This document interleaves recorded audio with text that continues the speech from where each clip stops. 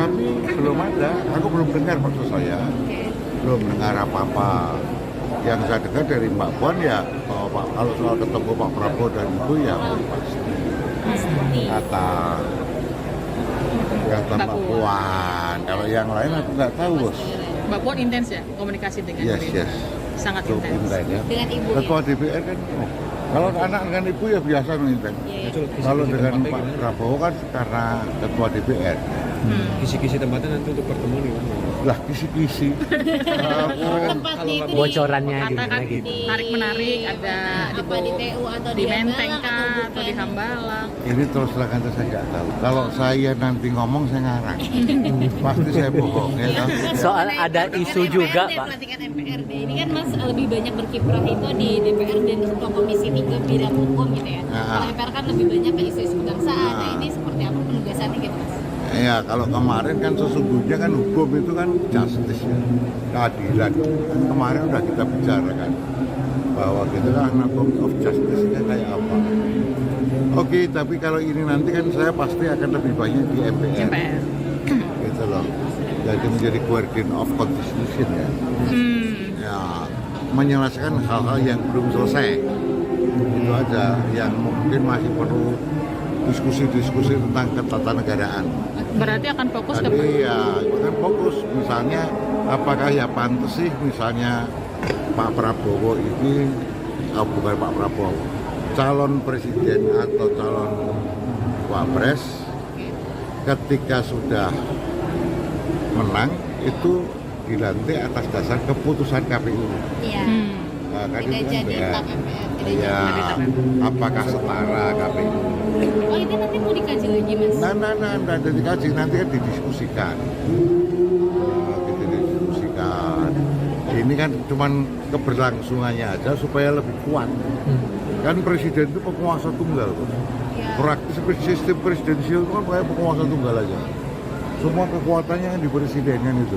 Mas berarti dipastikan pelantikannya itu tetap menggunakan Sistem yang KPU, kemarin, ya. berita acara Ya. MPR itu. Berita dan tetap nggak ada perubahan. Kalau ada dorongan masalah amandemen terbatas Undang-Undang Dasar itu masih akan tetap dipertimbangkan juga nggak untuk MPR sekarang? Satu-satu apa? Masalah Amandemen kan? amandemen terbatas, rekomendasi untuk amandemen terbatas untuk Undang-Undang Dasar 45 itu apakah akan tetap Itu nanti. ditindaklanjuti? Itu sekarang fokus dulu ke pelantikan dulu dan pembentukan kabinet. Pilkada serentak kan begitu nih. Ada sisinya. Setelah itu akan ada waktu 5 tahun yang cukup panjang. Itu pasti akan banyak diskusi-diskusi. Kalau pesan Mas. Mbak Puan sendiri dibuat proposal di MPR gimana? Ya kan kalau itu kan sudah pastilah untuk datang. Apa yang PKRI lah. Konstitusi. Teruskan ide, bahasanya itu teruskan idenya Pak Taufik dan Mas lalu Sulan Soeharto jadi pahlawan nasional fraksi PDIP di MPR sikapnya seperti apa? ini lah teruskan. Aku belum mendapat masukan apapun soal itu. Tetapi tugas saya meneruskan idenya Pak Taufik. Udah gitu loh perintahnya ya. Mas izin mau konfirmasi ada isu yang beredar bahwa Pak Basarah akan ditempatkan menjadi sekjen di PDIP dan Mas Hasto akan ditempatkan di kabinetnya Pak Prabowo nanti. Itu kabarnya betul atau tidak untuk mengonfirmasi soal itu? Kalau itu sih aku nggak dengar, nggak tahu pula. Gitu loh. Nggak dengar, nggak tahu pula. Oke. Kalaupun kemudian ini kan sudah beredar sejak lama begitu, ada kemungkinan kader PDIP akan ditempatkan di kabinetnya Pak Prabowo. Walaupun kemudian belum dapat informasi pasti soal itu. Tapi PDIP menyikapinya gimana kalau ternyata betul ada penempatan kader PDIP di pemerintahan Itu baru nanti? berandai-andai kepada orang yang tidak tepat pula. Masih berandai-andai dengan orang yang nggak tepat pula kan? Seapa pangkat saya? Kan kalau itu misalnya bahwa nanti ada tawaran masuk ke kabinet misalnya, kan bukan saya kapasitasnya.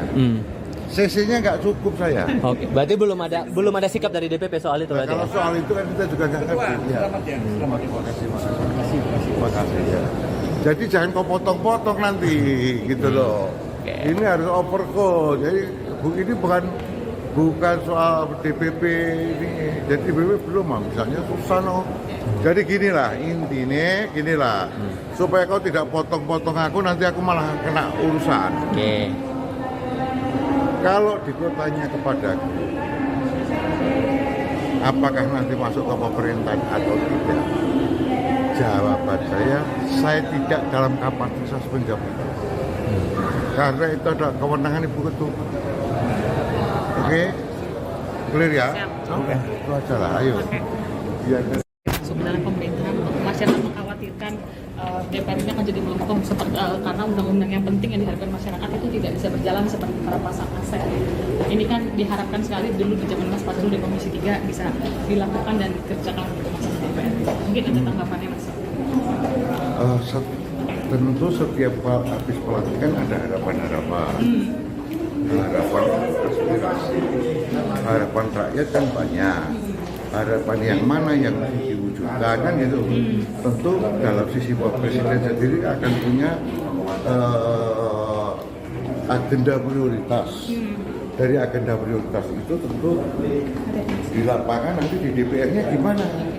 Kalau agenda prioritasnya berbeda dengan partai ya mungkin bisa saja ada diskusi loh. Jadi tidak akan mungkin sama. Kalau itu nanti DPR-nya macet enggak lah. Berarti tergantung juga prioritasnya Pak Prabowo pada undang-undang apa gitu Mas? Atau Iya. Ya kan tetap nggak mungkin macet. DPR itu kadang punya fungsi pengawasan, fungsi legislasi, fungsi budget. Mungkin budget sudah selesai untuk 2025. Kemudian kalau kita bicara pengawasan, masa pengawasan ya harus setuju. Oke. Berarti PDIP tetap memastikan meskipun nanti masuk andai kata pun DPR akan tetap melakukan fungsi pengawasan itu kepada Pak Prabowo. Tetap kritis gitu loh, bukan ini tetap kritis. Kita akan tetap kritis. Mana-mana yang kurang baik tentu harus kita masih minta diperbaiki. Kan gitu loh.